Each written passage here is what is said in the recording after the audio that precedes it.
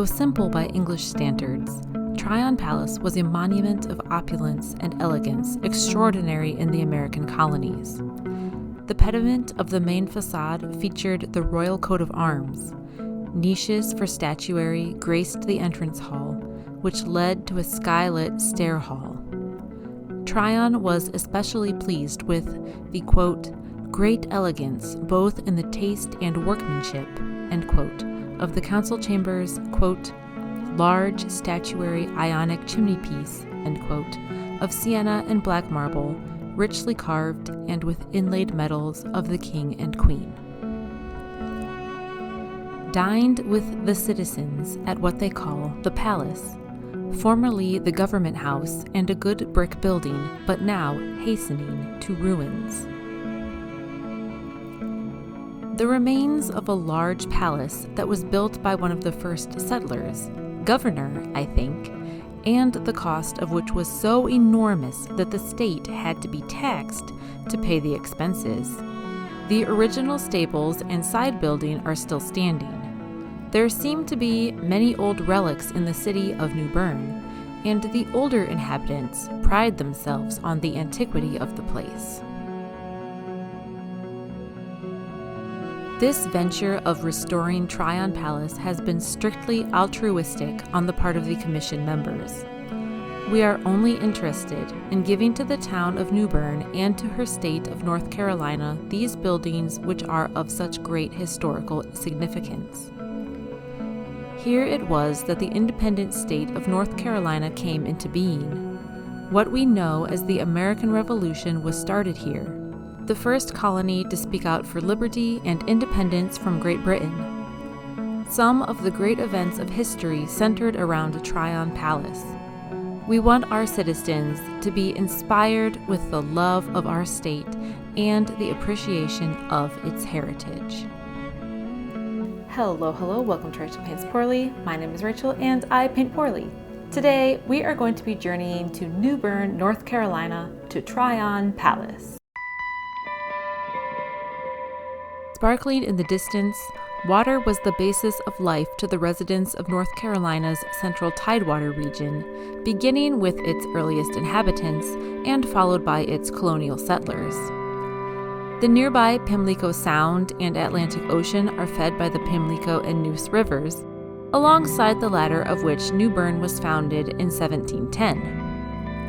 Rising to prominence as the area's first major river port, New Bern connected North Carolina's inland settlements with its coastal communities, transporting naval goods, timber, and other supplies along the Neuse River to places like Charleston, Boston, or even the West Indies and Europe.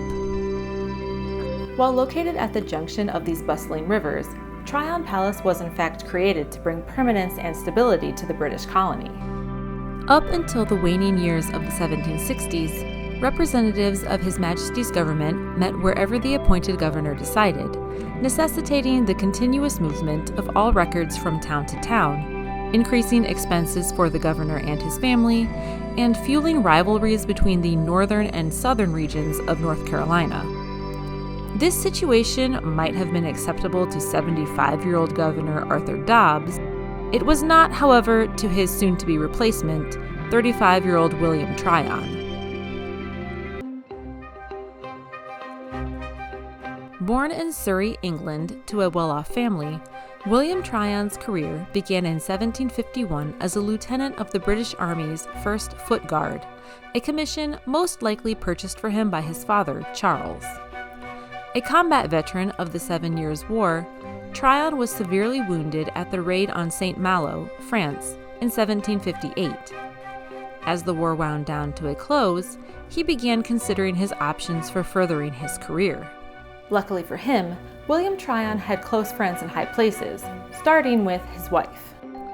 Margaret Wake Tryon was quite the catch, pairing a lively personality with the even more desirable attributes of a 30,000-pound dowry and connections to the court of King George III. Through the insider knowledge of Margaret's relative, Wills Hill, Viscount Hillsborough, and Tryon's sister Mary and uncle Sawalis Shirley, he was offered the position of Lieutenant Governor of North Carolina to step in for the sickly Governor Arthur Dobbs. William Tryon, his family, servants, and a certain architect by the name of John Hawkes arrived in Brunswick, North Carolina in October of 1764. Dobbs died in March 1765.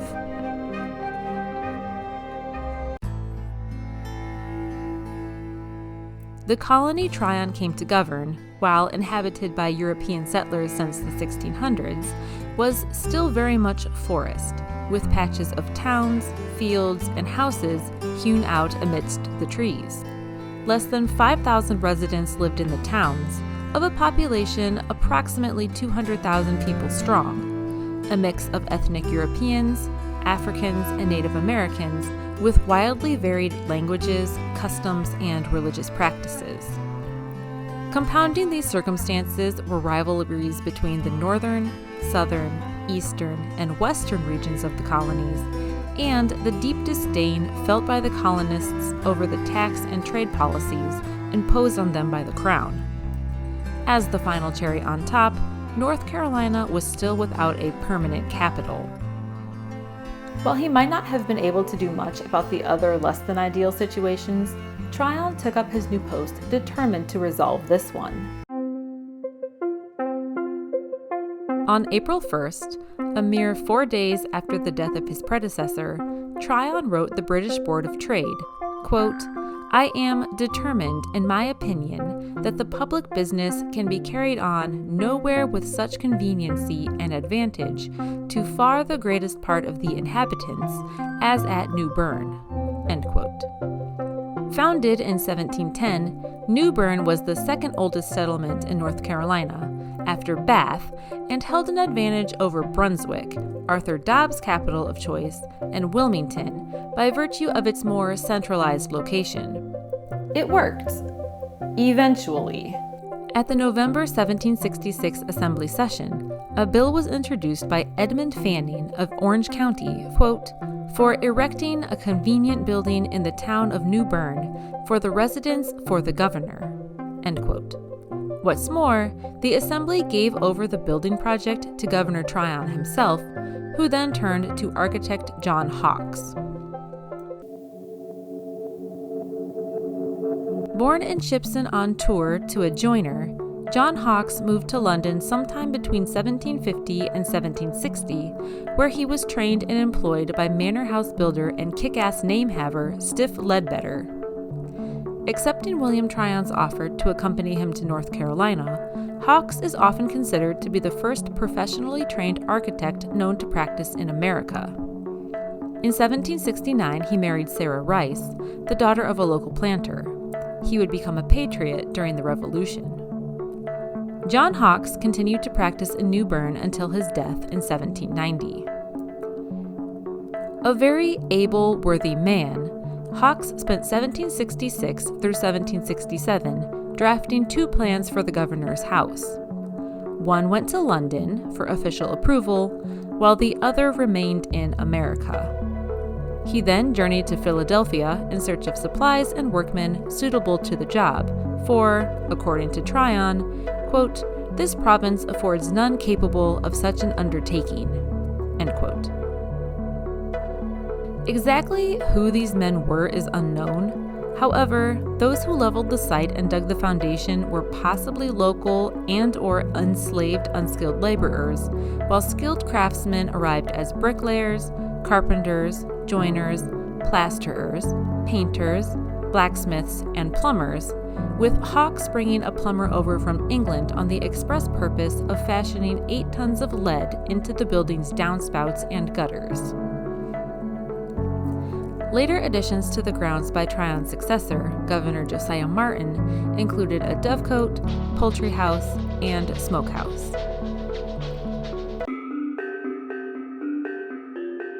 Construction began on the Palladian-style building in August 1767. A classic tripartite Palladian design with a 2-story pedimented central block and a forecourt formed by curved colonnades connecting to symmetrical wings. It contained a residence, meeting place for the governor and council, an office for the provincial secretary, and a permanent home for public records. However, there was no chamber for the assembly, which continued to meet at churches, courthouses, and other large buildings. Located on 12 town lots and built at a cost of £15,000, the stately residence was unlike most the local population had ever seen, and William Tryon himself began describing it as the palace in June 1770. He moved into the unfinished palace in that early summer. In December of the same year, he expressed his thanks to the assembly and to the citizens, quote, "for their gift of this very elegant and noble structure, a palace that is a public ornament and credit to the colony, as well as an honor to British America," end quote.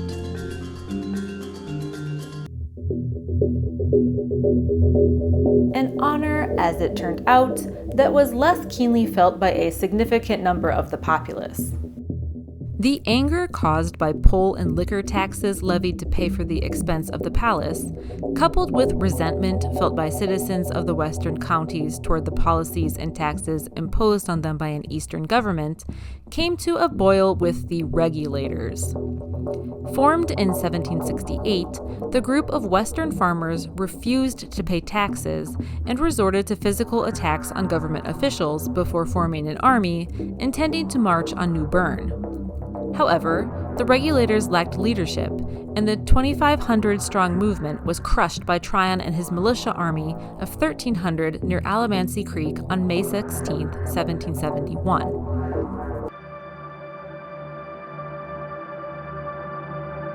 It was to be Tryon's last service for His Majesty's colony of North Carolina, of which he was well aware.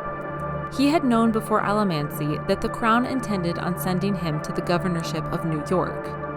And so, near the end of June 1771, William Tryon, his wife and daughter, as well as all his possessions, left New Bern after a residency of just over a year, leaving the palace that would bear his name vacant for the next, and last, colonial governor.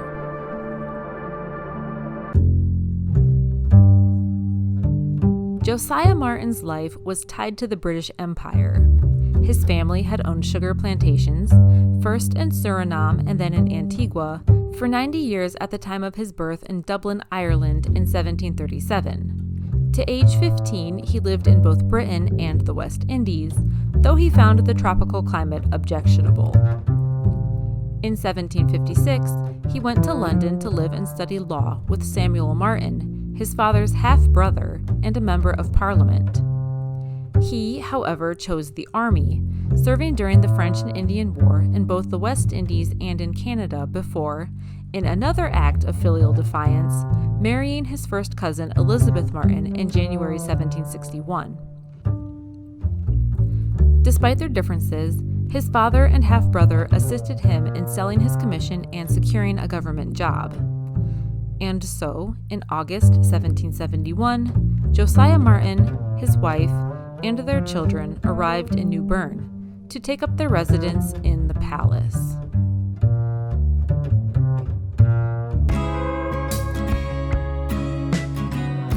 Martin quickly attempted to smooth the lingering hostility over the regulator situation, but he, like many other royal governors, underestimated the deepening divide between the American people and the Crown, to which he himself contributed.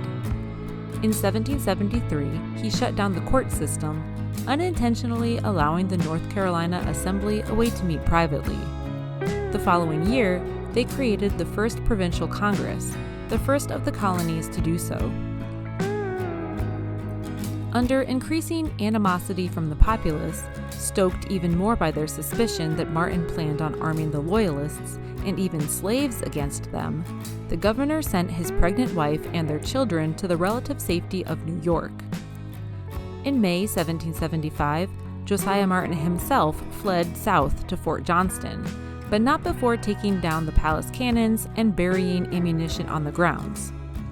In the palace garden and under a fine bed of cabbage was found and dug up a barrel containing about 3 bushels of gunpowder. In the palace cellar was also dug up 2 quarter casks of the same commodity. Governor Martin remained at Fort Johnston until July 1775, when he fled on a British sloop of war before the fort was captured by the North Carolina militia. Though he remained loyal to the British crown and hoped to regain his governorship, Martin's chronic poor health doomed him to an early retirement. The property he abandoned at the palace had been sold off by the new state of North Carolina by 1779.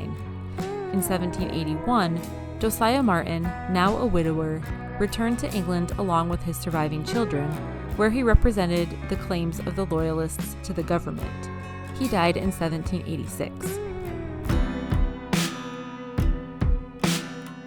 With Governor Martin's hasty departure, New Bern and Tryon Palace filled the roles of capital city and capitol building, respectively, for the new state of North Carolina.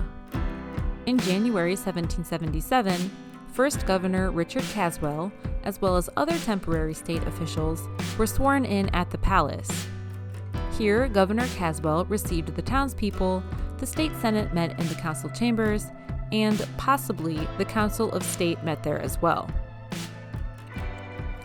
While the palace was used to swear in Governor Caswell and his successors Abner Nash, Alexander Martin, and Samuel Johnston, only Caswell and Nash used it as a residence. Easily accessible from the ocean and exposed to attack from the Trent River, New Bern and the palace were not the ideal location for a government at war. After the Revolution, New Bern was superseded by the centrally located Raleigh. 1785 was the last time the assembly met in New Bern, and on December 14, 1792, Governor Richard Dobbs Speight was sworn in at the palace.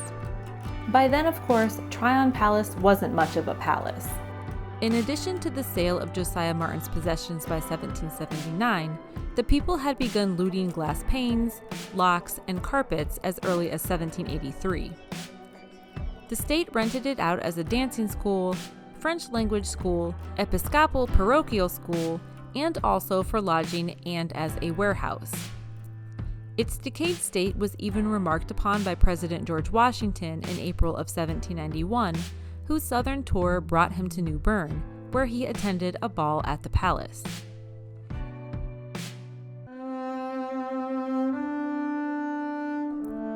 Less than 8 years later, the night of February 27, 1798, the palace caught fire, beginning with hay stored in the cellar. The great stair hall, with its overhead skylight, acted as a flue, and the main building rapidly burned to the ground. In an attempt to save the kitchen and stable offices, New Bern's residents tore down the wood colonnades. The stable office was salvageable, but the kitchen office, having sustained serious damage, was later dismantled. Gone after a mere 28 years, the land of the former Tryon Palace was broken up into individual lots and sold. George Street was extended over the palace's foundation, and its surviving stable office underwent a series of uses and corresponding conversions over the decades. The first known image of the office was taken in 1862 by a Union soldier. This tintype shows the stable office still in use as a stable, or possibly as a shop. Spanning the nearly 100 years from the Civil War to the 1950s, the office became a machine shop, a Sunday school for Christ Episcopal Church, a residence, and finally, an apartment building.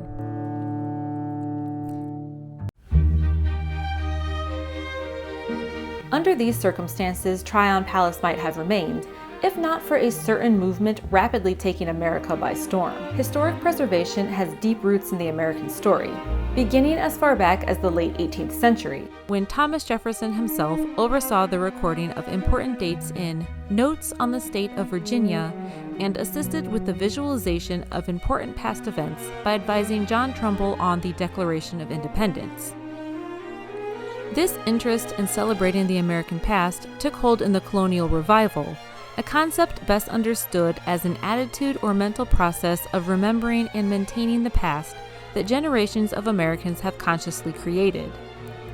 Colonial revivalism's role in shaping people's view of the past makes it a part of the American identity. Early adherents to this movement were Anne Pamela Cunningham in Mount Vernon in Virginia, William Sumner Appleton and the Society for the Preservation of New England Antiquities in Boston, and Catherine Coffey and the Newark Museum in New Jersey.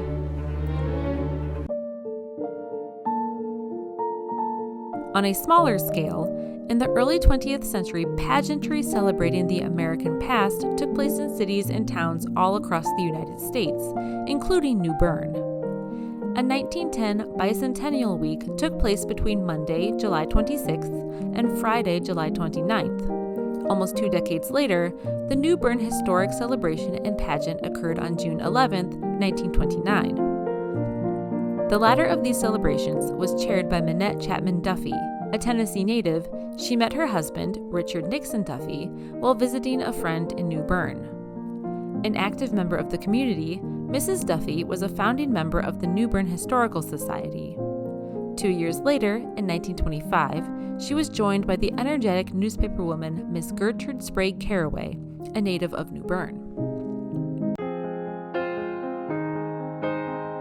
A watershed moment for historic preservation occurred in 1926, when John D. Rockefeller and his wife, Abby Aldrich Rockefeller, provided a substantial financial backing for the brainchild of Reverend Dr. W.A.R. Goodwin of Burton Parish Church, the restoration of Williamsburg to its 18th century appearance as the colonial capital of Virginia.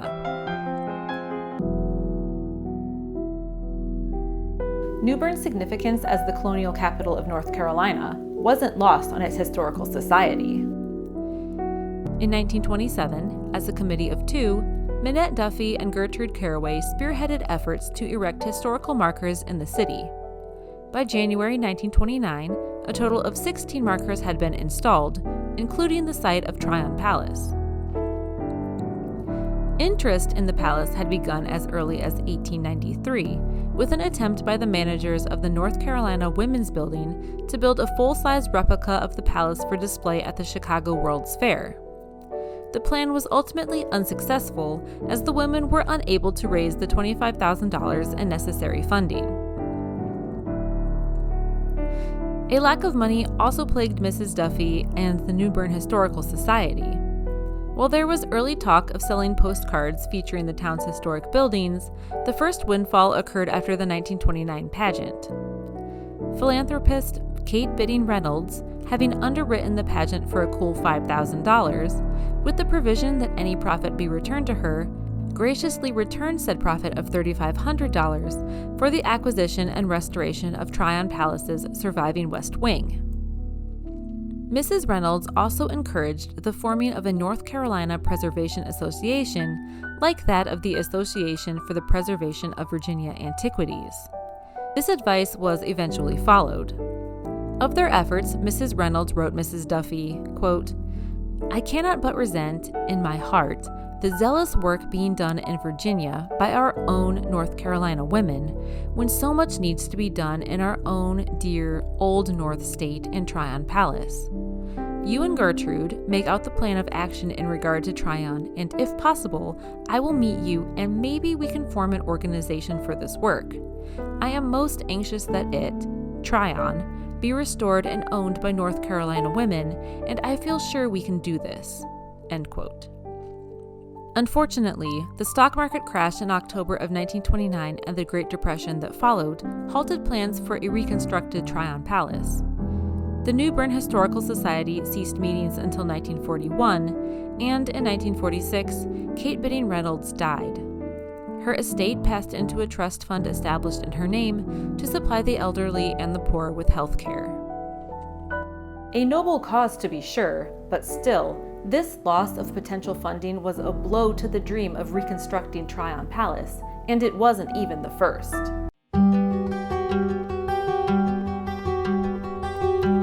On August 21, 1935, President Franklin D. Roosevelt signed the Historic Sites Act, establishing that, quote, "It is a national policy to preserve for public use historic sites, buildings, and objects of national significance for the inspiration and benefit of the people of the United States."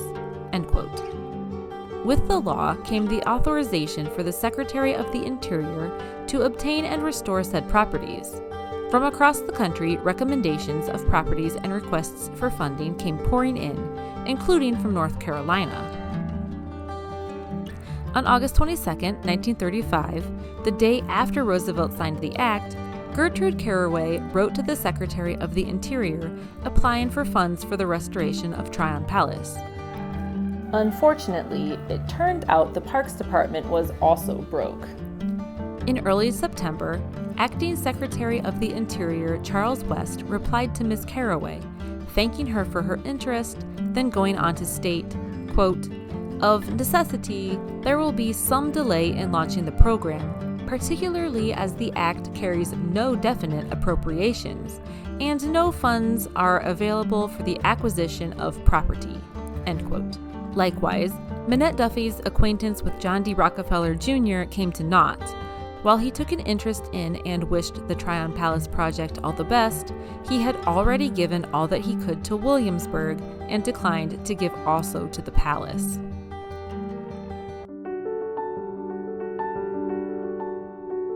Despite these setbacks, some victories were had. The 1932 successful rescue from demolition of the John Wright Stanley House, probably designed by John Hawkes and built between 1789 and 1783, and its removal from Middle Street to the corner of Middle and New Streets. Rotated and now facing the latter, it was converted into New Bern's library. Mrs. Duffy permitted $1,500 of the Tryon Palace Restoration Fund for repairs and renovations to the house.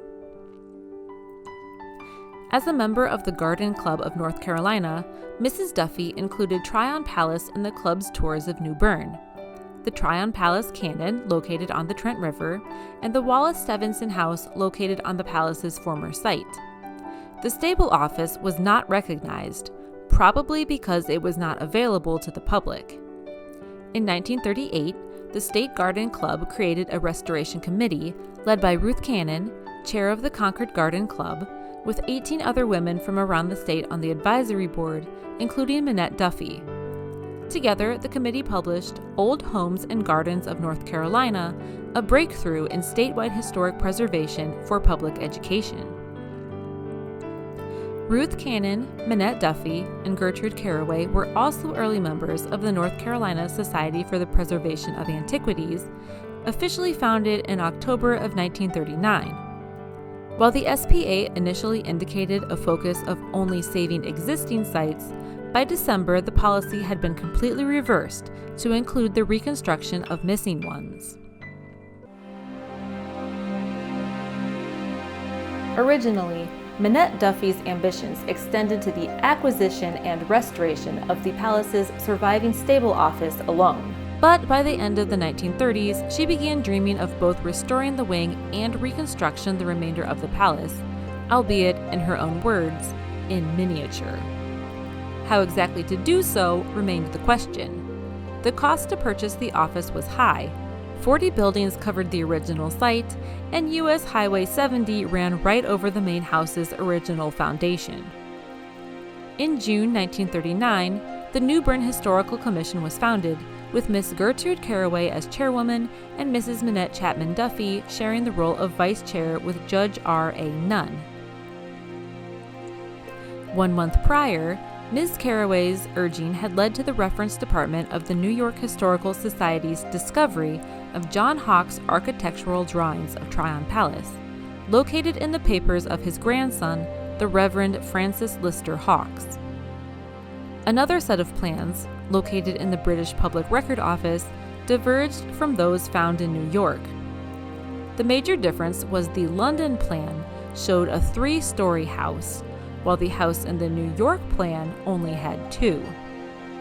Without access to the New York plans or contemporaneous illustrations, artists' depictions of the palace show 3 floors. Based on the dates on the plans and the corresponding size of the stable office, it was determined that the New York plans were in fact those used for the construction of Tryon Palace.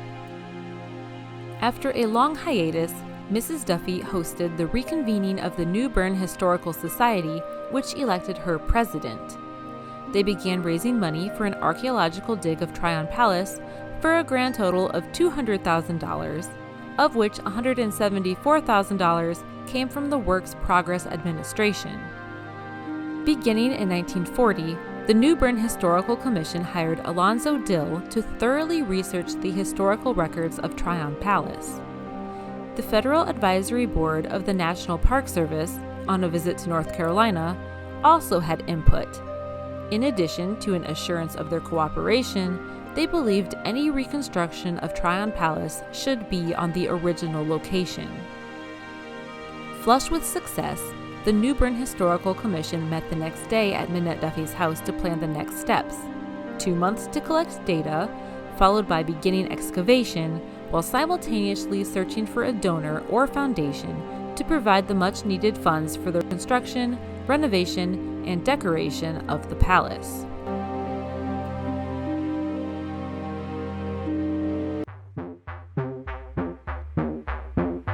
Unfortunately, the lack of money caused a bit of publicized pushback. A report written by Senior Park Service historian Ralston B. Lattimore and published by the National Park Service stated that the restoration would be, quote, impossible, impractical, and undesirable, end quote. Lattimore seemed to be prescient, as the advancing specter of World War drew Works Progress Administration money away from the Tryon Palace project towards military undertakings. The demands of World War II caused a second lapse in society meetings and a halting of progress on the dig. However, the documentary research continued, as did the acceptance of funds and the search for a benefactor. Or, as it were, a benefactress. Born on December 16, 1871, Maude Latham was a native of New Bern. She married businessman James Edwin Latham in August 1892. The couple had 2 children, May Gordon and James Edward. Witty, educated, and well-traveled, the success of her husband's business ventures allowed Mrs. Latham to be a patroness of the arts, amass her own collection of paintings and antiques, and engage in civic affairs, including the publication of 1939's Old Homes and Gardens of North Carolina. Acquainted with Minette Duffy through their mutual connections, Mrs. Latham made her intentions known at a December 1941 dinner hosted by the governor, J. Melville Broughton, and his wife at the Executive Mansion. Amongst the attendees were her daughter, May Gordon Latham Kellenberger, Minette Duffy, Gertrude Caraway, and Ruth Cannon. She expressed her intent to, one day, donate a large amount of money for the Tryon Palace project in honor of her son, Edward, who had died in 1918 while in Army service at Fort Thomas, Kentucky. Putting her money where her mouth was, in January 1944, Maude Latham established a trust fund in her name of $100,000, selecting for its management Minette Duffy, Ruth Cannon, Gertrude Caraway, May Gordon Kellenberger, and Dr. Christopher Crittenton, director of the North Carolina Department of Archives and History. This money was intended to form the nucleus of the required funding to acquire the property and reconstruct the palace, furnish it, and then operate the whole shebang as a public park and museum. Perhaps as shrewd in business as her husband, Mrs. Latham added a stipulation. Her trust would dissolve on January 1, 1954, unless North Carolina itself obtained the tract of land for reconstruction. Due in no small part to Mrs. Latham, Mrs. Duffy, and Miss Caraway, the State Board of Conservation approved the plan in July 1944. That September brought more good news. At a luncheon at New Bern's Hotel Queen Anne, Governor Broughton revealed plans to tear down the Trent River City Bridge, which was at the time located exactly behind the palace site, and build a new bridge at a different location. Despite the opposition of the soon-to-be displaced business and property owners, both the Joint Appropriations Committee and the General Assembly approved the Tryon Palace project on February 14, 1945, and February 21, 1945, respectively.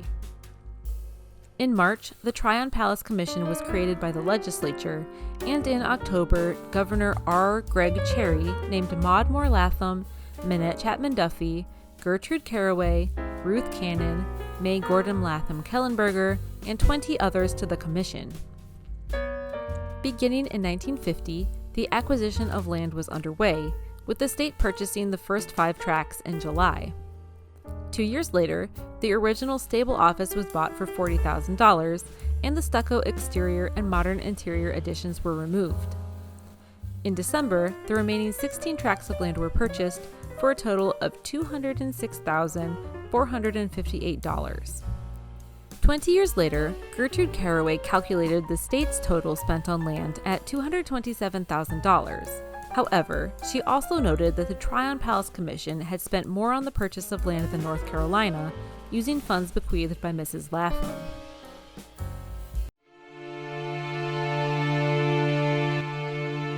Sadly, neither Maude Moore Latham nor Minette Chapman Duffy lived to see their work on Tryon Palace come to fruition. Mrs. Duffy passed away in her New Bern home on October 1, 1951. Mrs. Latham had preceded her 6 months prior, on April 8, 1951. However, in giving her residual estate of $1.115 million to the Tryon Palace Commission, Mrs. Latham ensured work on the palace would continue unabated. Thanks must also go to her daughter and son-in-law, May Gordon Latham and John Kellenberger, as well as her sister, Sarah Moore Gardner, who endorsed her decision against their own personal financial benefit. A decade later, on April 8, 1961, the Kellenbergers were present at the dedication ceremony of the Latham Garden. Also attending was North Carolina Governor Terry Sanford, who said Mrs. Latham's dedication and work on Tryon Palace was the, quote, most magnificent single gift that has been presented to the people of North Carolina, end quote. Of her mother, Mrs. Kellenberger remarked, quote, I feel that her spirit hovers over us and that she silently gives her approval to our work.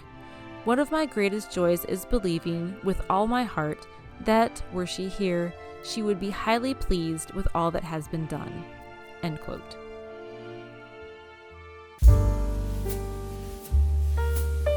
All that had been done spanned the 1950s. The early years of the decade consisted of an on-site archaeological investigation by Morley Jeffers Williams. A Harvard School of Design graduate with a degree in landscape design, Williams taught at both his alma mater and the North Carolina State College School of Design. Drawing on his work history for Mount Vernon, Stratford Hall, and Monticello, in 1952, Williams and his excavation crew verified that the footprint of the palace's remains matched those of John Hawke's original plans. Where possible, this foundation was preserved and left visible during the reconstruction process. New Bern contractors, with local bricklayers and brick masons, played a large role in rebuilding the house and offices. They also erected a brick and wrought iron fence and fencing around the house, although lacking any archaeological evidence of the originals. By 1954, the stable and kitchen offices were almost completed, and the plans to reconstruct the main house were ready. Heightened costs led to questioning by the Raleigh News and Observer as to the period appropriateness of the level of ornamentation. However, the amount of research and basis upon contemporary English models conducted by restoration architect William Graves Perry led to the dismissal of these claims as groundless.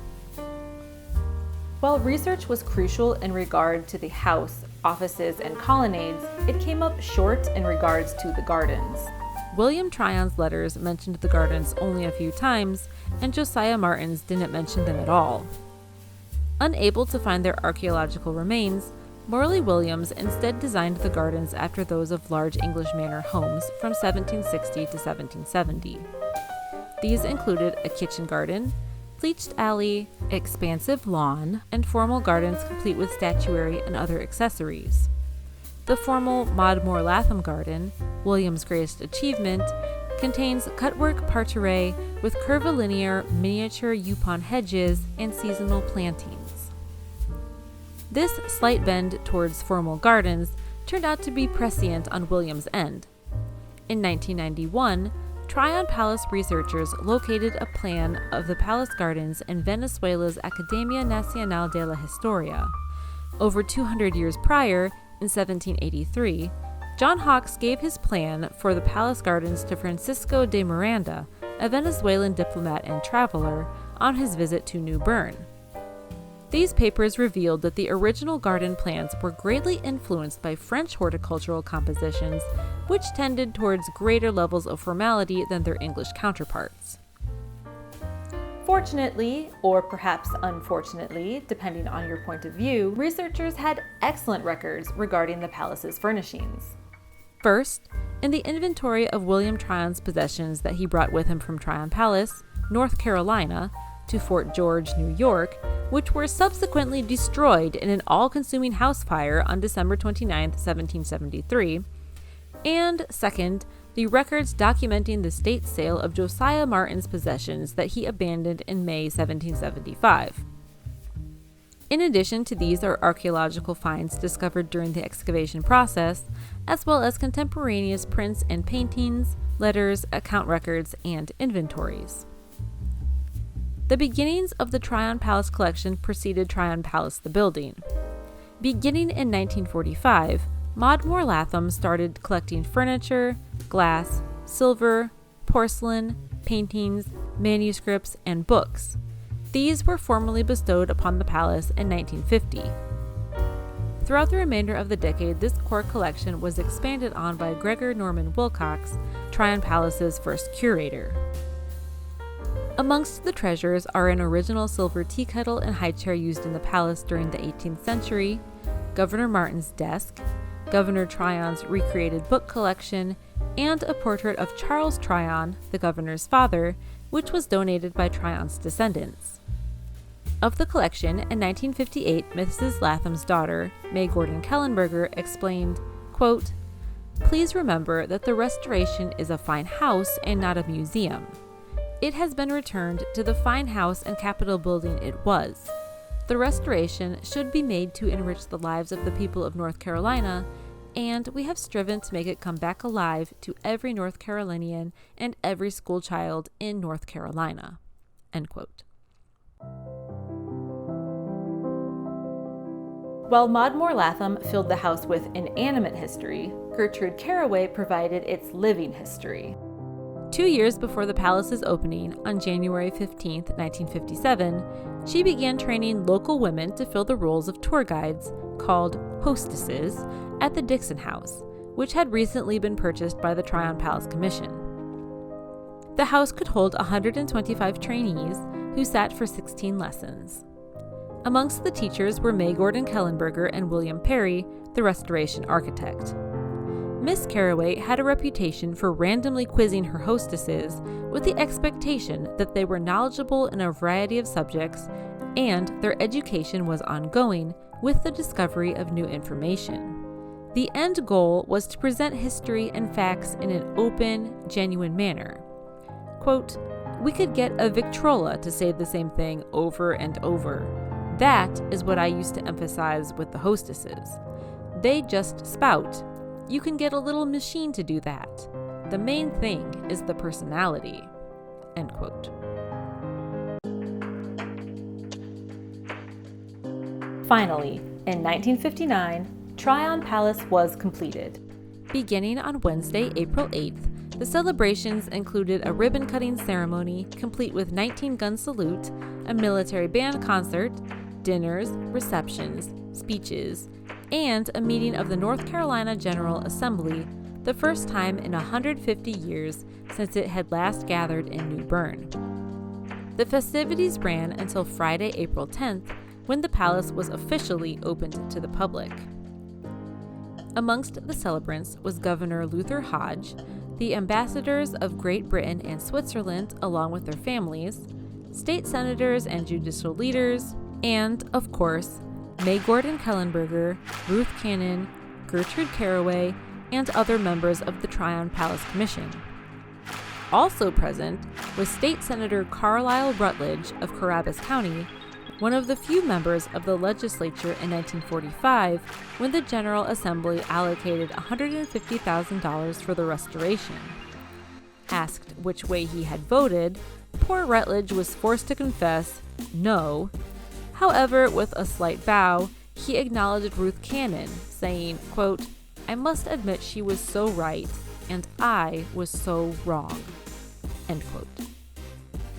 In a similar vein, Ralston B. Lattimore, National Park historian and he of the 1940 article skewering the Tryon Palace restoration as, quote, "impossible, impractical, and undesirable," end quote, also had a change of heart upon an early tour of the palace in 1957.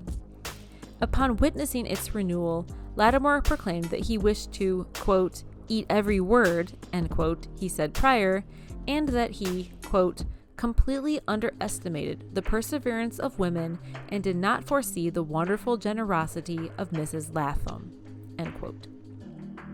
Ralston Lattimore was now on the side of the public, who turned out in full force to view the newly opened palace. In a July 1961 letter to the people of New Bern, Gertrude Caraway reported that in its first 26 months, Tryon Palace received around 69,000 visitors hailing from all 50 states, Washington, D.C., Puerto Rico, the Canal Zone, and 47 other countries.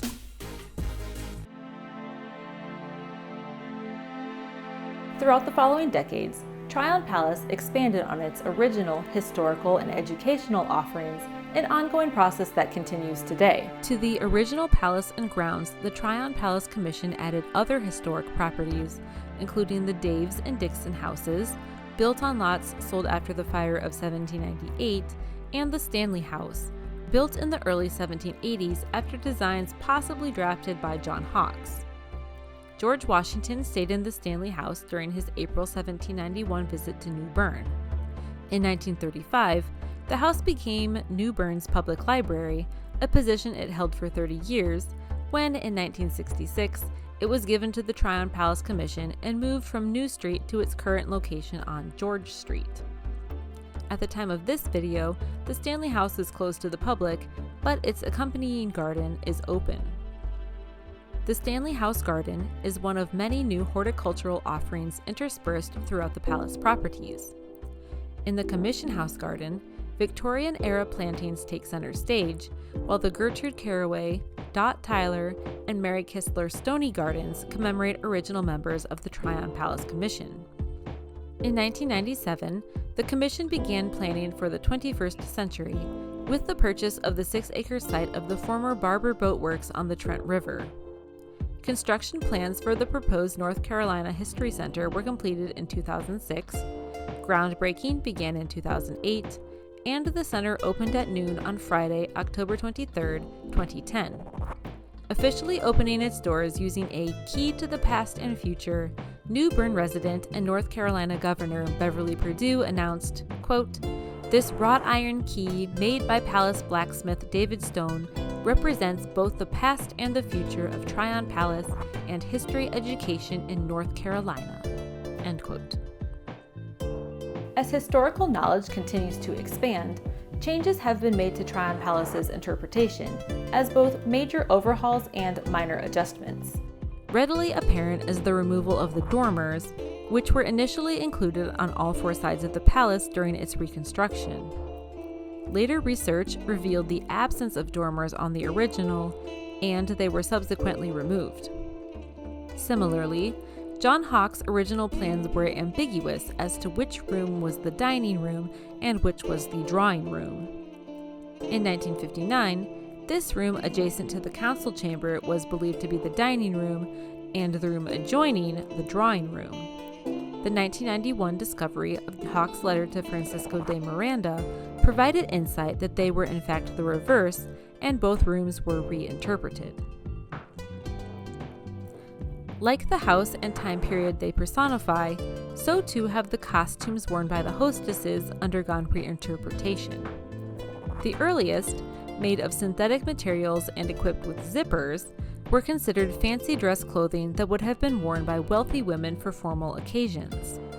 As the years progressed, fancy dresses were relegated to balls, and the day dresses and lower-class clothing that replaced them are made from cotton, linen, and wool, and fastened with buttons and laces.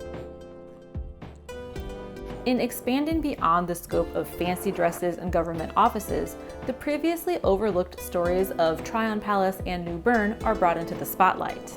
Beginning in 1996 through 1998, research began on the history of the region's Black inhabitants, and an advisory council was created in 1999 to assist in future research, publications, and educational programming.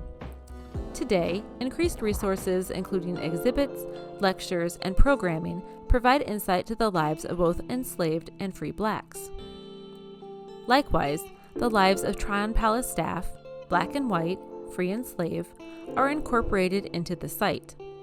Names, national origins, occupations, and status of many are known, and the Life on the Lesser Stairs tour offers additional understanding of the day-to-day lives of these previously unnoticed men and women. Also present on the grounds is the 18th century military encampment, complete with living history demonstrations and activities.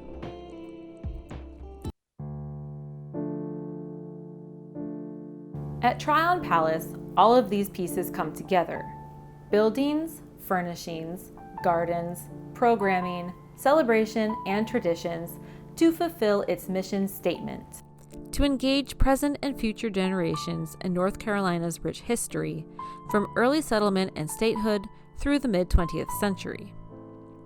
The linchpin is, of course, people. Those who originally called the palace home, those who worked tirelessly to see it rebuilt, those who continued to give their time and resources to its continued operation, and those who will pass through its wrought iron gates, ready to experience all Tryon Palace has to offer.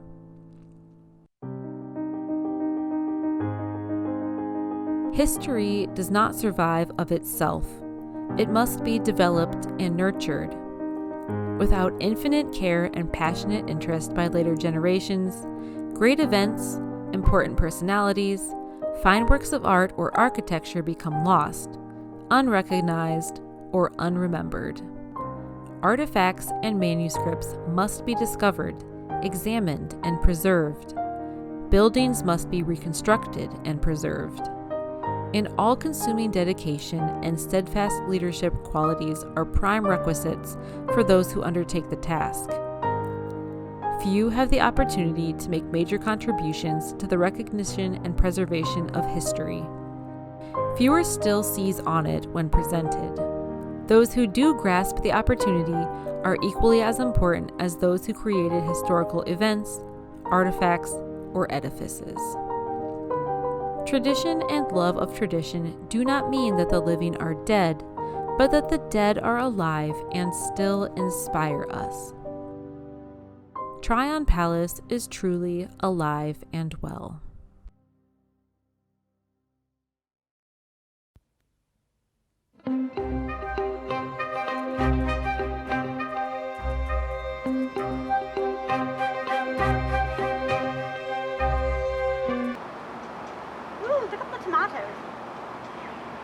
Or is that an apple? That's an apple. Scratch what I said. Stupid.